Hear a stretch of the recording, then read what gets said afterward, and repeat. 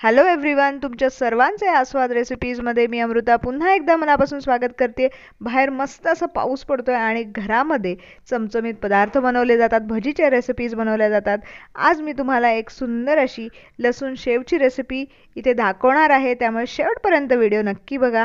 तुम्ही माझ्या चॅनलवरती नवीन असाल आणि सबस्क्राइब केलं नसेल तर जरूर सबस्क्राइब करा। चला तर मग आपण रेसिपीला सुरुवात करूयात। इथे 3 मोठे भांडी मी इथे बेसन पीठ घेतलेलं आहे, एक मोठा चमचा आपण इथे ओवा घेतलेला आहे आणि भरपूर असा लसूण घ्यायचा आहे।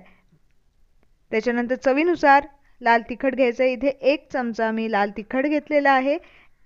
त्याच्यानंतर 1 चमचा मीठ घेतलेला आहे। शेवेचं पीठ भिजवण्यासाठी थोडं पाणी लागणार आहे। तर सर्वात पहिल्यांदा आपण एका मिक्सरच्या भांड्यामध्ये लसूण आणि ओवा घेणार आहोत आणि त्यामध्ये अर्धी वाटी पाणी घालून छान मिश्रण बारीकसर वाटून घेणार आहोत। अतिशय इझी रेसिपी आहे, नक्की बनवून बघा। बनवल्यानंतर कशी जमली हे मला कमेंट करून सांगायला विसरू नका। एका परातीमध्ये आपण बेसन पीठ घेऊयात आणि ह्या बेसन पीठामध्ये आपण जे लसूण आणि ओव्याचं वाटण जे केलेलं आहे ते गाळून घेणार आहोत। त्याचं पाणीच फक्त घ्यायचं आहे, म्हणजे शेव पाडताना आपल्याला स्मूथली ती शेव तेलामध्ये छान टाकली जाईल आणि मध्ये मध्ये ओव्याचे किंवा लसणाचे कण अडकून शेव पाडताना जरा प्रॉब्लेम होतो, तो होणार नाही। त्यामुळे आपण छान असं गाळून घेऊयात। जेवढं पाणी काढता येईल तेवढं पाणी काढून घ्यायचं आहे। तुम्ही इथे बघू शकता चमच्याच्या मदतीने आईने इथे पूर्ण पाणी जेवढं निघेल तेवढं काढून घेतलेलं आहे। त्यामध्ये आपण लाल तिखट घालून घेऊयात, त्याच्यानंतर चवीनुसार मीठ घालून घेऊयात आणि हे पीठ आपण छान मळून घेऊयात। थोडं थोडं पाणी घालायचं आहे आणि सैलसर असं आपल्याला हे पीठ मळून घ्यायचं आहे।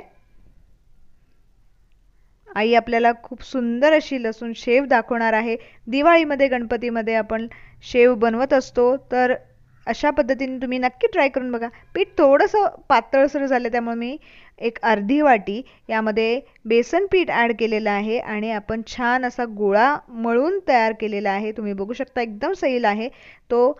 चकलीच्या सोऱ्यामध्ये आपण शेवेचं जी ताटली असते मिळते ती घालून या चकलीच्या सोऱ्याला सर्व बाजूनी आपण तेल सोडूयात आणि यामध्ये आपण पीठ घालणार आहोत। तर पाण्याचा हात लावून अशा पद्धतीने गोळा तयार करून घ्यायचा आहे आणि तो या सोऱ्यामध्ये घालून घ्यायचा आहे, म्हणजे आपली शेव अगदी स्मूथली पडते। तेलही मी एका साईडला तापत ठेवलेलं होतं। गॅसची फ्लेम आपल्याला मीडियम टू हाय ठेवायची आहे आणि ही शेव अशी मस्तपणे यामध्ये आपण तळून घेणार आहोत। तुम्हाला माझ्या कोणत्या कोणत्या रेसिपीज आवडतात हे मला कमेंट करून सांगायला विसरू नका। चॅनलवरती नवीन असाल, सर्वात पहिल्यांदाच हा व्हिडिओ बघत असाल आणि तुम्हाला जर रेसिपी आवडली तर जरूर लाईक करा, शेअर करा आणि सबस्क्राइब करायला विसरू नका। अगदी 3 ते 4 मिनिटात ही शेव छान तळून होते। आता एका बाजूने तळून झालेली आहे, दुसऱ्या बाजूनेही आपण तळून घेऊयात। साधारण 1 मिनिटभर आपण ठेवणार आहोत आणि मस्त अशी गरमागरम शेव आपली तयार आहे। अगदी मोजक्या साहित्यात बनणारी ही शेव तुम्हाला कशी वाटली जरूर कळवा। खूप सुंदर सुगंध सुटलाय। आपली शेव इथे तयार आहे, खूपच सुंदर दिसतीये, मस्त झालेली आहे आपली ही शेव। आता अजून आपण शेव पाडूयात। अगदी काही मिनिटात होते आणि मस्त फ्लेवरफुल अशी ही लसूण शेव अतिशय काही मिनिटातच तयार होते। तर अशी अजून शेव मी बनवतीये।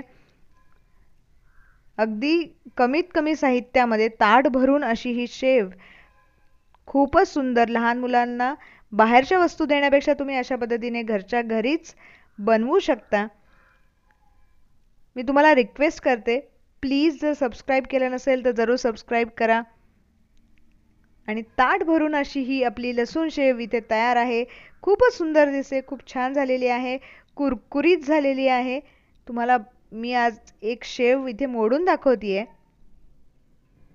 खूपच मस्त झालेली आहे। गरमागरम शेव आपली तयार आहे। चला तर मग आपण भेटूयात लवकरच। Thank you for watching my video.